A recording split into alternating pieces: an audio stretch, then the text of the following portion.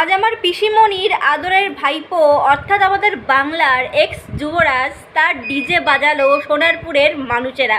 দেখুন ভিডিও।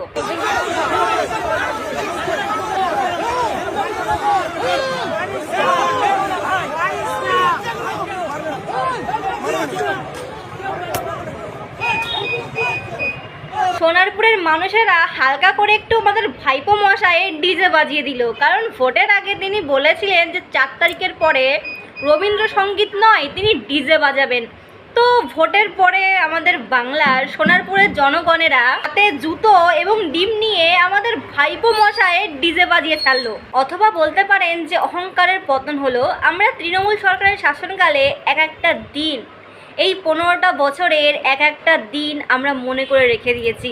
মনে আছে আপনাদের যে নাগরাকাটায় বিজেপির এমপি খগেন মুর্মুকে কিভাবে আক্রান্ত করা হয়েছিল, তাকে কিভাবে মারধর করা হয়েছিল? আমরা কোনো কিছুই ভুলিনি, আমরা প্রত্যেকটা জিনিস মনে রেখেছি।